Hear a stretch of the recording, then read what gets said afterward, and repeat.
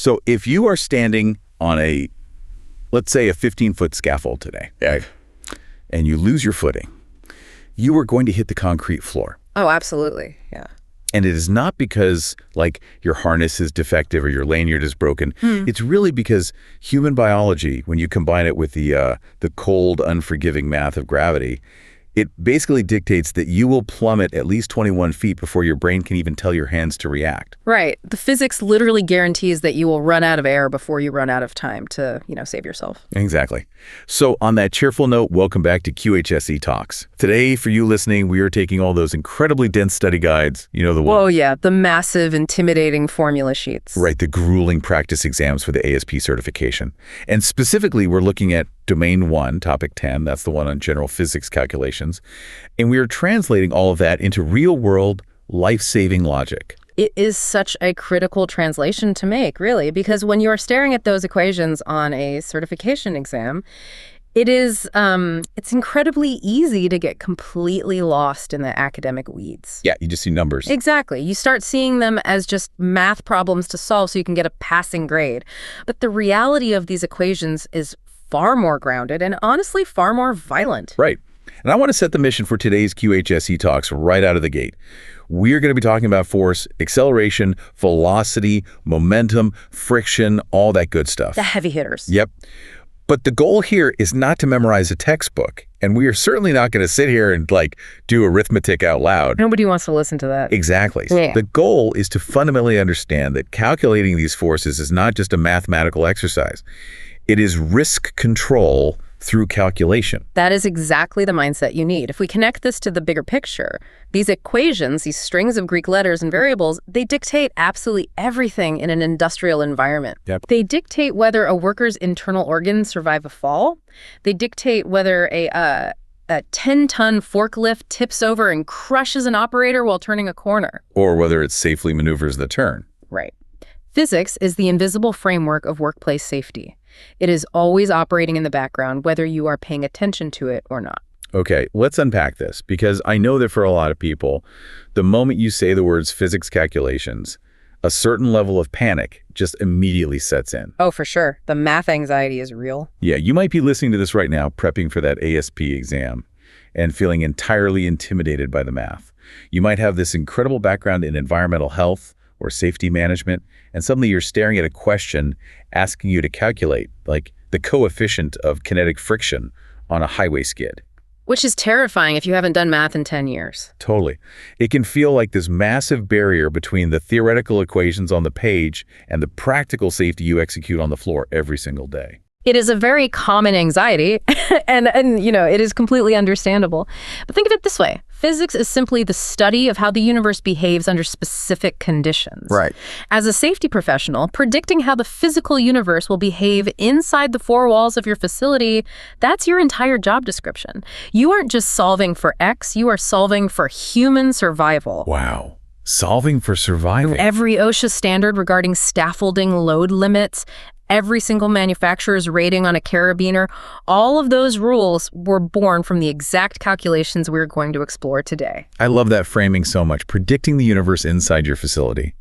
So let's start predicting. We had to start at the absolute baseline, right? The foundation of how hazards are physically born. Which means Sir Isaac Newton. Yes, Sir Isaac Newton and his laws of motion. We all hear about Newton in high school, usually involving an apple falling from a tree or whatever. But how does that relate to a 3-ton stamping press or a suspended load of steel beams? It relates directly because Newton's 3 laws of motion are the bedrock upon which all dynamic safety calculations are built. They basically explain the fundamental relationship between a physical object and the forces acting upon it. Okay, so walk us through the first one. Let's look at the first law, which is inertia.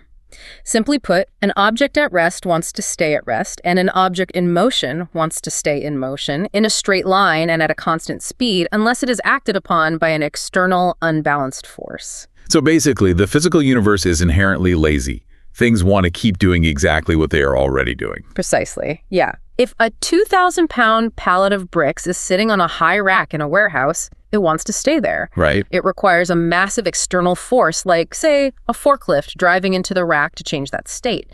Conversely, if a loose piece of a grinding wheel shatters and flies off at 3,000 revolutions per minute, it desperately wants to keep flying through the air at that exact speed. Until something stops it. Exactly. And as a safety professional, your job is to ensure that the quote-unquote something that stops it is a rated polycarbonate machine guard and not, the operator's chest cavity. Which naturally brings us to the second law, which is arguably the most famous equation in mechanics. F equals ma force equals mass times acceleration. The big one. Yeah, this law is essentially the mathematical engine of hazard creation, right? It tells us that the acceleration of an object is directly proportional to the force applied to it and inversely proportional to its mass. Yes. And then you have the third law, which governs the interactions between objects. For every action, there is an equal and opposite reaction. Like pushing on a wall. Right. If a worker is pushing a heavy cart against a wall, they are exerting force on the wall, but the wall is pushing back on their hands with the exact same amount of force. Okay, but what if they're on a slippery floor? Well, if that worker is standing on a slightly slippery surface, say, a floor that was just mopped while pushing that cart, the reaction force from the wall might suddenly overcome the friction holding their boots to the floor. And down they go. Exactly. The result, they slip backward, potentially suffering a severe musculoskeletal injury, all because of Newton's third law. Now, before we get too deep into applying F equals ma to real-world hazards, we have to address a massive point of confusion. This is something that it trips up so many people on the certification exams. Oh, and it trips up engineers in the real world, too. Yeah, we have to establish the critical, unforgiving difference between mass and weight. This is absolutely fundamental, and it is a trap that is very easy to fall into.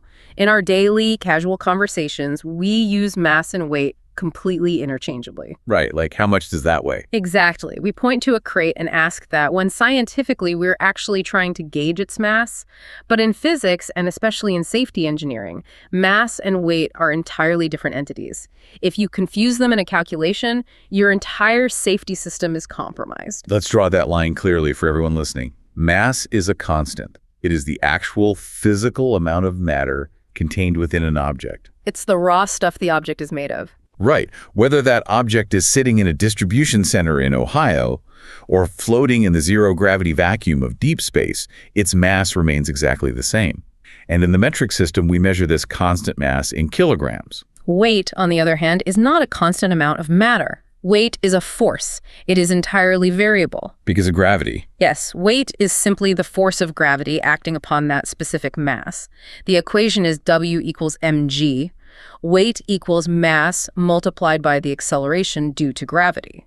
So it changes depending on where you are. Exactly, because gravity is slightly different depending on your elevation on Earth, and obviously vastly different if you are on the moon or in space. The weight of an object can change dramatically even while its mass remains completely untouched. Wait, hold on. Let me make sure I'm picturing this right. If mass never changes but weight does that mean the actual destructive potential of an object, its ability to crush a human being, is tied to its mass and not how heavy it feels? Like, let's use the space station analogy.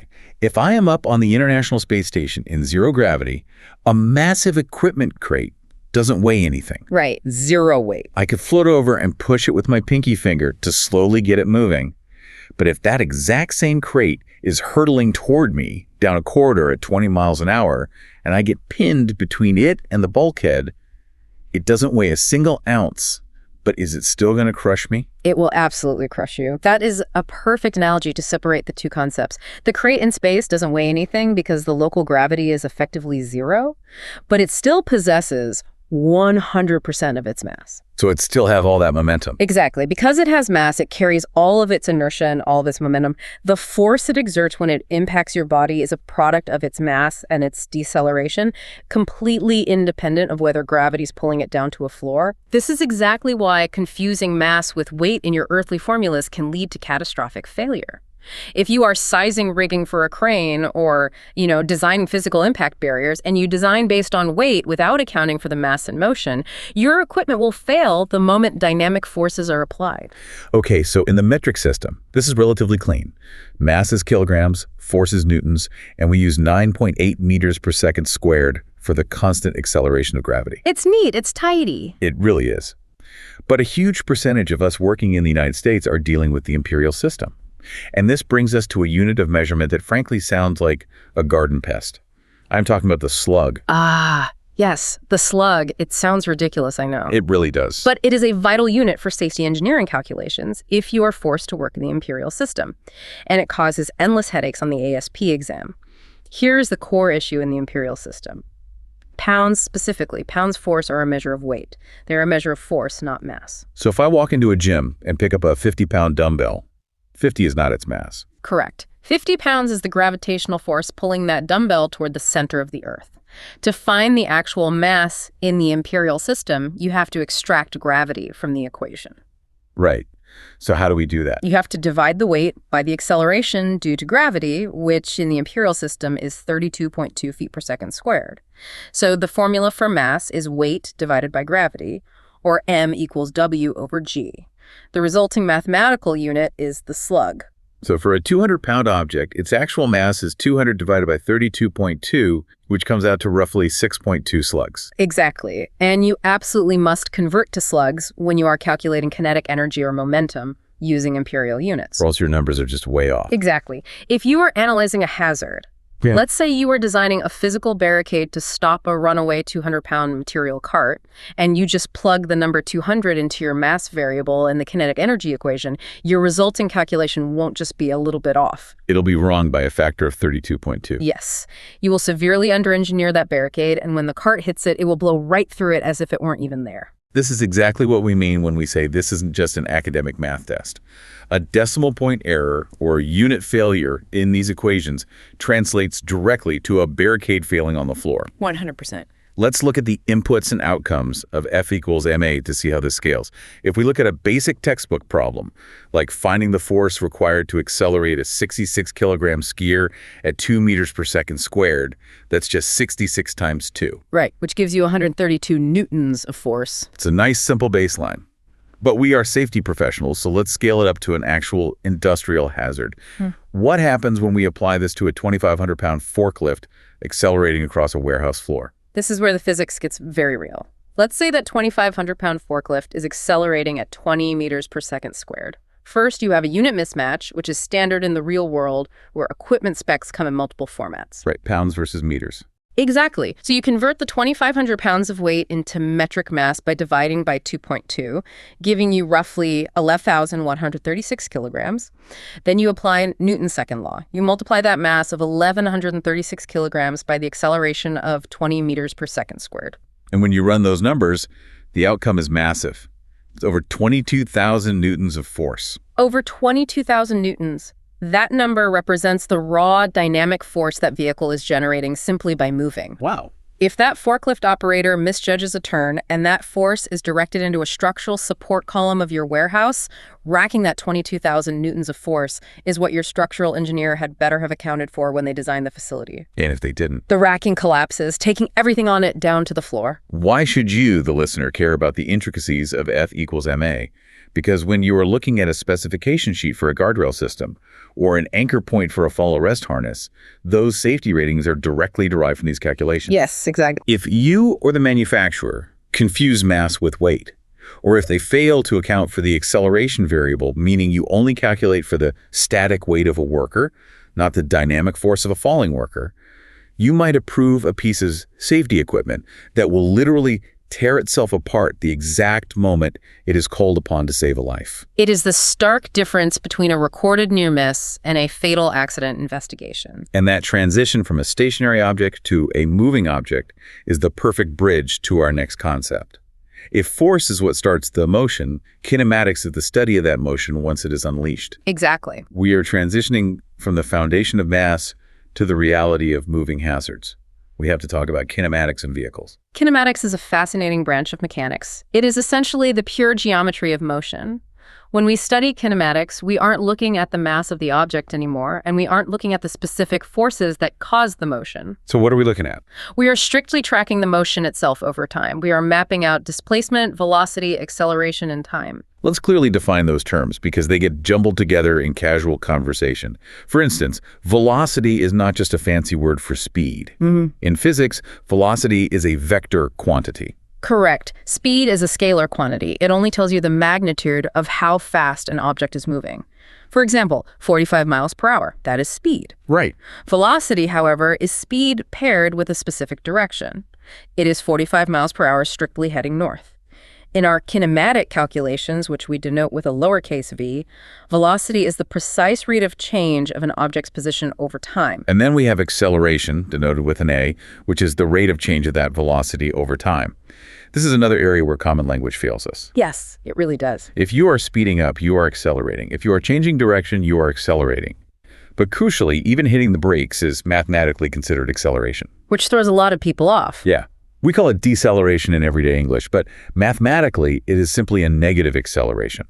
You are applying a force to change the velocity just in the opposite direction of travel. Exactly. Now, to map out this hazard in motion, safety professionals rely on 3 core kinematic equations. These formulas are your primary diagnostic tools when you are dealing with moving vehicles, falling tools, or any hazard traveling through space. They allow you to understand how time, distance, and speed interact. Right. The reference material outlines these formulas clearly. The first connects velocity, acceleration, and time. So final velocity equals initial velocity plus acceleration times time. Yes. The second calculates distance displacement equals initial velocity times time plus 1/2 of acceleration times time squared. Yeah. And the third removes time from the equation entirely. Final velocity squared equals initial velocity squared plus 2 times acceleration times distance. I know hearing formulas spoken aloud can be incredibly dry, but here's why they matter so deeply. These formulas allow an accident investigator to essentially travel back in time. Oh, that's a cool way to think about it. You rarely get the luxury of standing by with a stopwatch and a radar gun to witness an industrial accident as it happens. Usually you are arriving on the scene after the fact, the event is over, the silence has returned. But the physics leaves a blueprint. You use these formulas to reverse engineer the disaster. Let's put that into a concrete scenario. Yeah. The study guide uses the example of a car traveling at 45 miles per hour. The driver spots a hazard, slams on the brakes, and it takes exactly 3 seconds for the car to come to a complete stop. Okay. When you run that scenario through the kinematic formulas, first converting miles per hour to feet per second, calculating the negative acceleration rate, and then solving for distance, the math reveals a braking distance of 99 feet. 99 feet, that is the critical output. Here's where it gets really interesting and where the safety implications become massive. Speed does not increase danger linearly. It compounds it exponentially. Yes, it does. If you look closely at those kinematic formulas, particularly the third one, you see that velocity is squared in relation to distance. This is a massive insight for anyone managing a fleet or a warehouse. It completely changes the risk profile. It means that if you double your speed, say you have a forklift operator who decides to hustle and go 10 miles per hour down an aisle instead of the mandated 5 miles per hour, their stopping distance doesn't just double. Because the velocity variable is squared, doubling the speed actually quadruples the stopping distance. What's fascinating here is how often that specific mathematical reality is ignored in behavioral safety. Workers often feel that going just a little bit faster is a proportional risk, like I'm going 20% faster, so it's 20% more dangerous. Right, which feels logical. But physics doesn't work like that. The risk curve bends sharply upward. And as an investigator, when you arrive at a scene and measure the length of the skid marks on the concrete that's your distance variable, you plug that into the reversed kinematic formula. And it tells you everything. The math will tell you with absolute, undeniable certainty exactly how fast that forklift was traveling when the operator locked the brakes. It will tell you if your safety protocols were being honored or if they were being flagrantly breached. Which brings up a very logical question. We've solved how to map out a vehicle stopping horizontally across a floor. We know the formulas, but what actually executes the stop? It's not just the brakes. Right. It's not just the brake pads gripping the steel rotors. Ultimately, the entire event comes down to the microscopic interaction between the rubber tires and the road surface. This moves us perfectly into friction and tribology, what I like to call the invisible safety net. Friction is truly the unsung hero of the physical world. It is the invisible force that resists the relative motion of solid surfaces, fluid layers, and material elements sliding against each other. Without it, we'd be in trouble. Without friction, the concept of a controlled environment wouldn't exist. We couldn't walk across a room, vehicles couldn't steer, let alone stop. Everything would just glide continuously until it collided with something else. The study material introduces the coefficient of friction, denoted by the Greek letter mu, and the formula for frictional force, which is the coefficient of friction multiplied by the normal force. I want to stop right there because normal force is one of those terms that always sounds weird to people not doing physics every day. Yeah, normal doesn't mean average here. Right. In everyday language, normal just means regular or typical. But in physics, it has a very specific geometric meaning. Yes, in physics, normal means perpendicular. Think of a heavy crate sitting on a flat concrete floor.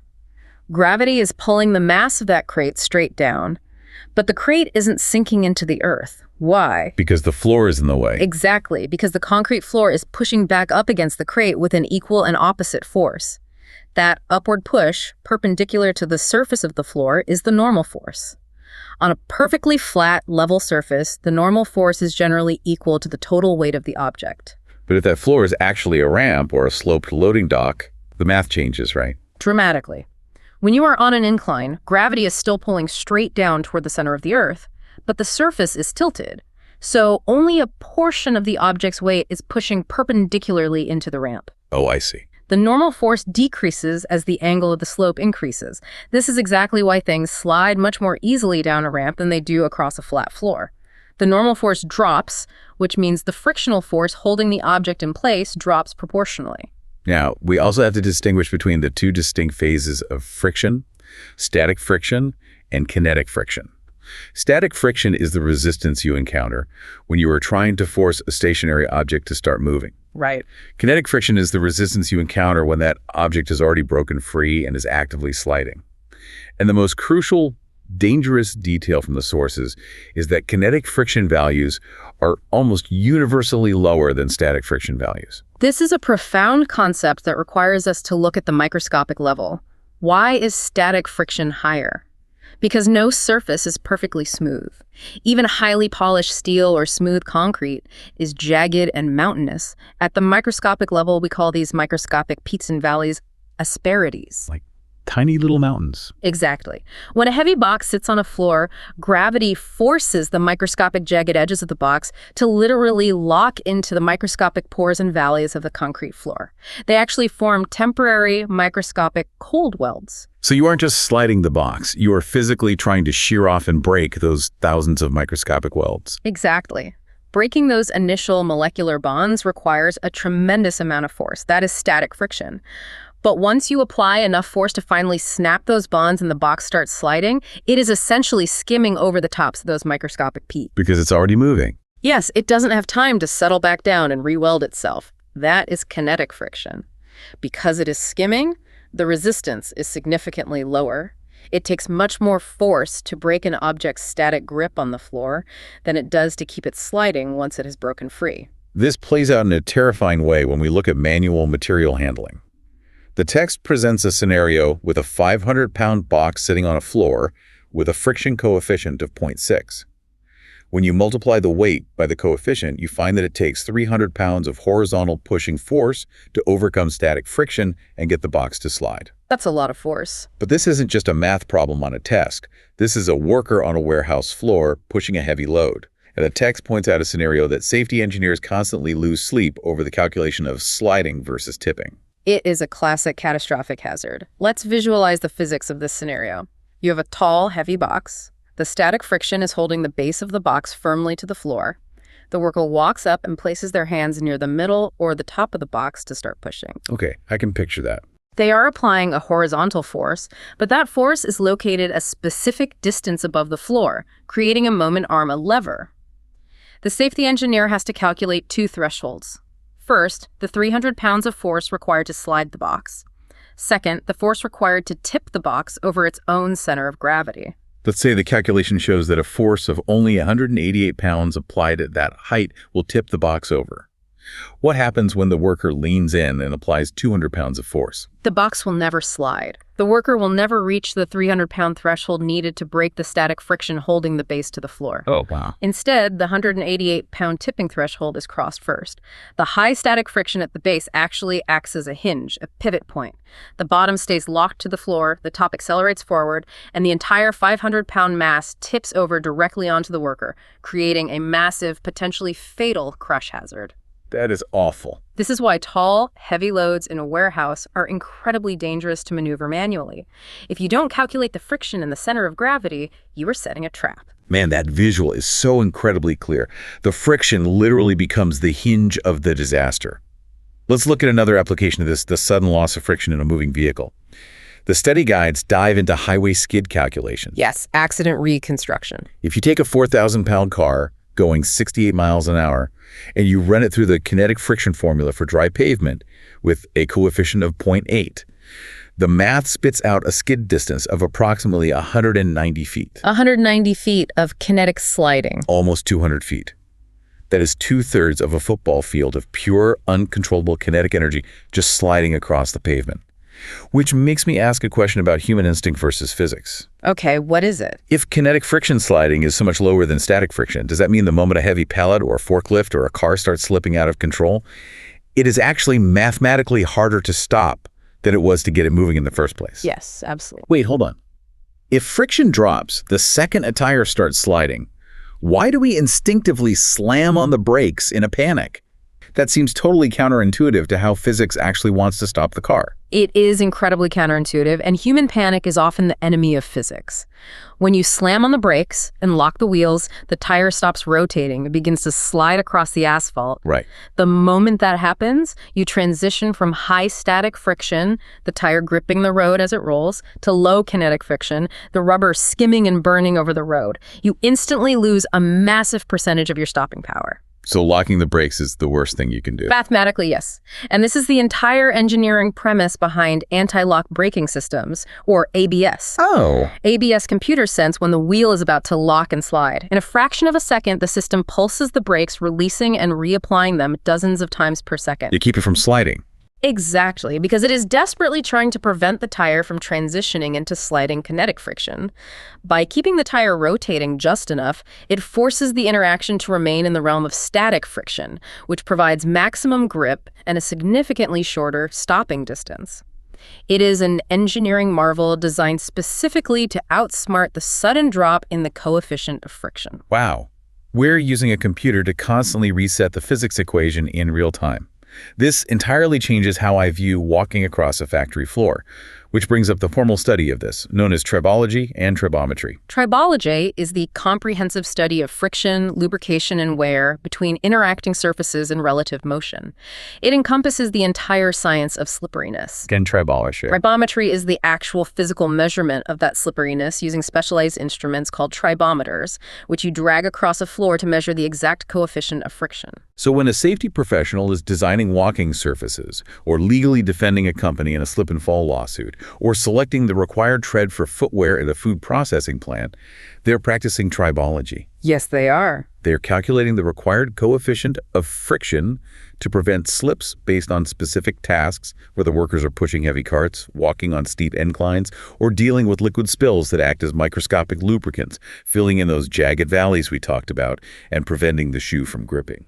Friction is your invisible safety net on the ground. If you don't calculate the tribology correctly, no amount of yellow caution tape or warning signage is going to stop momentum from pulling your workers to the floor. But here is the terrifying pivot. We have spent all this time solving how to stop a forklift from sliding horizontally across a floor. We know the formulas for friction. But what happens when you remove the floor entirely? The rules change. How does the math change when the normal force completely disappears? We have to turn our attention vertically. We have to talk about gravity, free falls, and the physiological impact on the human body. Because gravity is the ultimate constant force in every single workplace on the planet. You cannot turn it off. You cannot put a machine guard over it. You cannot train an employee to avoid it. Gravity is a constant acceleration field, pulling everything toward the center of the Earth at 9.8 meters per second squared, or 32.2 feet per second squared. And it never stops. And when we talk about a fragile human body entering free fall within that acceleration field, the physics gets incredibly grim very fast. The study guide outlines human reaction time variables that are, frankly, chilling to read. We like to think of human reflexes as lightning fast, but when pitted against gravity, we are incredibly slow. The human nervous system is an absolute marvel of biology, but it is not instantaneous. There is a distinct mechanical lag. The research states that it takes, on average, 1/3 of a second for a person to simply perceive that they are falling. Just to notice it. Yes. When you step off a ledge, your inner ear fluid shifts. That mechanical shift sends a signal through your nervous system to your brain. Your brain processes that signal, compares it to spatial awareness, and registers the error, "I am falling." That entire sensory loop takes a third of a second. And while your brain is doing that processing, gravity has already taken hold. You're already dropping. Yes. And then once your brain realizes the danger, it has to do something about it. It takes another 1/3 of a second for the brain to send an emergency signal down your spinal cord to your muscles, commanding your body to physically react to throw your arms out to try to grab a railing to brace for impact. So you have a minimum of 2/3 of a second of total uninterrupted free fall before the human machine can even attempt to defend itself. And here's the chilling math behind that biological lag. Yeah. Let's calculate exactly how far you fall in that 2/3 of a second. We go back to our kinematic equation. Distance equals 1/2 times acceleration times time squared. Acceleration is gravity. 32.2 feet per second squared. Time is 0.67 seconds. If you square the time, multiply it by gravity, and have it, you get a fall distance of about 7.2 feet. By the time your hands actually flinch to grab a railing, your feet are already 7 feet below where you started. You are grasping at empty air. And that is just the biological reaction time. The source text goes deeper, highlighting the 21-foot reality of fall clearance. If we look closely at the mechanics of a personal fall arrest system, it requires an astonishing amount of vertical space to operate safely. Let's break down that 21 feet because it is the most vital calculation a safety manager working at heights can make. Imagine a worker tied off at foot level. First, you have the length of the lanyard itself, usually a standard 6 feet. Then you have the deceleration distance. When the shock-absorbing pack on the lanyard deploys, it rips open to absorb the energy, adding another 3.5 feet to the drop. So we're at 9.5 feet. Then you have to account for harness stretch and the D-ring sliding up the worker's back, which adds 1 to 2 feet. You have the height of the worker themselves. And finally, you must add a mandatory safety factor of clearance below that, usually 2 to 3 feet, to ensure they don't swing and strike the ground. That adds up. When you add the initial free fall, the lanyard, the deceleration tear out, the harness stretch, and the safety margin, a worker anchored at foot level requires over 20 feet of total unobstructed clearance from the anchor point to the ground. The implications of that are terrifying. It means if you are working on a roof that is 15 feet off the ground and you are using a standard 6-foot lanyard anchored at your feet, your reaction time won't matter. The quality of your harness won't matter. You are going to impact the concrete before the system can fully deploy and arrest your fall. Which brings us to the formulas for impact, because if you do have the clearance and the system does arrest your fall before you hit the ground, we have to calculate the violent forces applied to your body when that rope goes taut, the deceleration forces. We use the deceleration rate formula, which is essentially velocity squared divided by 2 times the stopping distance. And from there, we calculate the force of impact, which is just a variation of our old friend F equals ma. Force equals mass times acceleration. Or in this case, mass times the violently rapid deceleration. This raises an important question: how much of that can the body take? The human body is a bag of fluids and fragile organs suspended in a skeletal frame. It can only withstand specific, measurable rates of deceleration before things start to tear. This is measured in G-forces, multiples of gravity. Like fighter pilots experience. Exactly, but in a fraction of a second. By comparing the deceleration of a fall to G, we can determine if a safety harness will save a life or cause fatal internal trauma. When a body traveling at high velocity is suddenly stopped by a harness, the internal organs, the heart, the liver, the aorta, continue traveling downward at that velocity until they slam into the inside of the ribcage. Oh, man. A ruptured aorta from a fall arrest is a very real, fatal possibility if the deceleration force is too high. This is exactly why OSHA heavily regulates the maximum resting force, or MAF. The mandate is that a personal fall arrest system must limit the maximum resting force on an employee to 1,800 pounds when used with a full body harness. 1,800 pounds of force is still incredibly violent. It is akin to a minor car crash. You will be bruised, you might break a rib, but you will survive. And historically, we learned this the hard way. If you use a simple waist belt instead of a full body harness, the force limit used to be restricted to 900 pounds. Why is it half? Because a waist belt concentrates all of that sudden kinetic energy directly into your fragile abdominal cavity, folding you in half and crushing your spine and internal organs. The physics dictates the physiological trauma, which is why waist belts have been largely banned for fall arrest, replaced by full-body harnesses that distribute the force across the stronger bones of the pelvis and shoulders. The study guide also introduces a fascinating variable in these calculations, the rope modulus, denoted mathematically as K. Yes. The rope modulus, K, is a measure of the inherent elasticity and stiffness of the lanyard material itself. Think of the extreme difference between being caught by a thick steel cable versus being caught by a nylon bungee cord. Ain't they? If a 200-pound worker falls 6 feet, they generate thousands of foot-pounds of kinetic energy. If they are tied off with a static steel cable, which has virtually zero stretch, it is like hitting a green wall. The stopping distance, the denominator in our deceleration formula, is nearly zero. And basic math tells us that dividing a large number by a number close to zero gives you an astronomical result. The deceleration rate approaches infinity, meaning the force of impact applied to the worker's body will be massive enough to snap the spine. Conversely, a nylon shock-absorbing lanyard acts like a giant net. As the webbing rips open stitch by stitch, it artificially extends the time and distance variables in the denominator. It slows down the stop. Exactly. By bleeding out the kinetic energy over an extra 3.5 feet, it drastically lowers the deceleration rate, bringing the force applied to the human body below that survivable 1,800-pound threshold. So what does this all mean for the listener? It means that fall protection isn't really about catching someone. Catching someone is easy. A steel chain will catch you. Yeah, it'll catch you all right. Fall protection is entirely about managing the transfer of kinetic energy so that the sudden stop doesn't kill them. You are using physics to fight physics. And that concept of managing energy transfer is the perfect framework for understanding the overarching rules of our physical world. Every single hazard we have discussed today, a forklift skidding, a box tipping, a worker falling, is ultimately governed by the transfer of energy. Which brings us to the final piece of the puzzle, the aftermath of an event: energy, work, and momentum. Because when a moving object stops, its energy doesn't just evaporate into thin air. No, it does not. The first law of thermodynamics, the law of conservation of energy, explicitly states that energy cannot be created or destroyed in an isolated system. It can only be transformed from one form to another. So where does it go? Well, when a speeding car slams on its brakes and comes to a halt, all of that massive kinetic energy didn't disappear. It transformed. It went into the brake pads as intense thermal energy heat.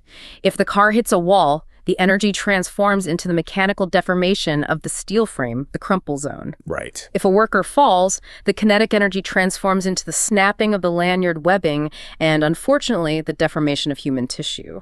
The study guides approach this by first defining work. And in physics, work isn't what you do from 9 to 5. The mathematical definition of work is force multiplied by displacement. W equals F times S. The text details 3 absolutely necessary ingredients for work to mathematically occur. There must be an applied force, there must be a physical displacement of the object, and crucially, the applied force must be the direct cause of that displacement. If you walk up to a reinforced brick wall and push on it with 500 pounds of force for an entire hour, you might walk away completely exhausted, dripping with sweat. You'd definitely be tired. But mathematically, physically, if the wall didn't move a single millimeter, you did zero work. The displacement was zero, so the equation zeroes out. The text also introduces a highly practical variation called modified work for when angles are involved. The formula is W equals F times SS times the cosine of theta. Why do we need the cosine of the angle in there?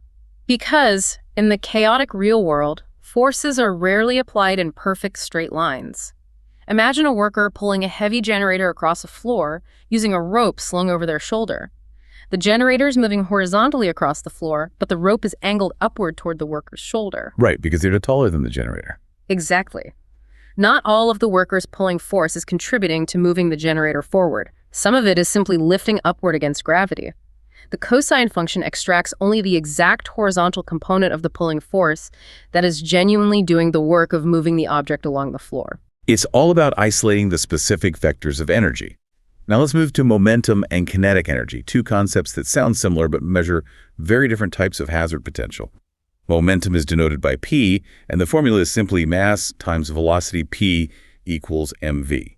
Kinetic energy is Ke equals 1/2 mv squared. Momentum is a vector quantity. It has mass, speed, and a specific direction. It is essentially a physical measurement of how difficult it is to stop a moving object. Kinetic energy is a scalar quantity. It ignores direction and simply represents the total raw energy of motion the object currently possesses. I always like to use this analogy to separate the two. Think of momentum as a measure of how hard it is to stop a charging rhino. Think of kinetic energy as the amount of structural damage the rhino is going to cause to the wall when it finally hits it. That is a highly accurate and appropriately terrifying way to conceptualize the destructive potential. Let's look at the kinetic energy example from the source materials. It asks you to calculate the energy of a 200-pound weight moving at a velocity of 60 miles per hour. This brings everything we've talked about together. First, we have to deal with the imperial trap. We cannot plug 200 pounds into the mass variable because pounds are weight, not mass. We divide 200 by gravity, 32.2 to get 6.2 slugs. Right, our favorite unit. Then we convert 60 miles per hour into 88 feet per second. Then we plug those clean numbers into KE equals 1/2 mv squared. We square the 88, multiply by the 6.2 slugs, and have it. And the output of that equation is staggering. The result is just over 12,000 foot-pounds of kinetic energy. 12,000 foot-pounds. To put that abstract number into physical perspective, a standard 9mm bullet fired from a handgun carries about 300 to 400 foot-pounds of kinetic energy. This 200-pound piece of equipment moving at highway speeds is carrying the combined kinetic energy of 30 bullets hitting a target simultaneously. It is an immense reservoir of destructive power. And this is the ultimate takeaway for the listener. As a safety professional, your overarching duty is managing these exact energy transfers. You are essentially the architect of the aftermath. Wow, architect of the aftermath. When you calculate the kinetic energy of a falling wrench from a high beam, or a speeding vehicle in a loading bay, or a massive swinging load suspended from an overhead crane, you are determining exactly how much energy exists and how much energy must be safely absorbed if something goes wrong. Every time you mandate the use of a shock-absorbing lanyard, or every time you install an impact-attenuating crash barrier at the end of a forklift pathway, you are deliberately acting upon these physical laws. You are intentionally manipulating the variables in the physics equations. Yes. You are engineering systems that artificially increase the time and distance variables during a crash to proportionally reduce the force applied to the worker's fragile body or the vehicle's frame. You are using math to stretch out the violence of an impact over an extra second, shaving thousands of pounds of force off the peak impact. You were using math as a shield? We started today by looking at how physics formulas can seem like abstract, disconnected academic hurdles. But as we've explored, mastering Domain 1 Topic 10 isn't just about passing the ASP exam. It is the fundamental toolkit for predicting the behavior of the universe inside your facility before a hazard ever occurs. It really is. From understanding the microscopic friction of a skid mark, to predicting the tipping point of a crushing load, to calculating the brutal biological reality of a 21-foot free fall, this math is not theoretical. This math saves lives. It is the absolute difference between blindly hoping your workers are safe and mathematically proving that they are safe. It gives you the power of prediction. Before we sign off, I want to leave you, the listener, with a final lingering concept to explore on your own. It builds on everything we've discussed today. I want you to think deeply about the law of conservation of energy, the idea that energy cannot be created or destroyed, only transformed. Keep that law at the forefront of your mind. Tomorrow, when you walk through your facility or when you step onto your construction site, I want you to look around with a new lens. Look at the massive suspended loads hanging from the cranes. Look at the fast-moving machinery spinning on the assembly line. Look at the high scaffolding towering above the concrete. It's all just math waiting to happen. Don't just see them as inanimate objects. I want you to see them as massive, invisible reservoirs of stored potential and kinetic energy. Because that is exactly what they are. And as you look at them, ask yourself this one question. If that energy transforms today, if the crane cable snaps, if the machine guard fails, if the scaffold shifts, where exactly will all that energy go? And what is your mathematical plan to safely absorb it? That is the perspective of a true safety professional. You don't just see the environment, you see the invisible forces waiting to act upon it. Thank you for joining this edition of QHSE Talks. We hope this deep dive has helped you pull back the curtain on the physics of hazard control. Keep calculating, keep questioning your assumptions, respect the math, and most importantly, keep your people safe. We will see you next time.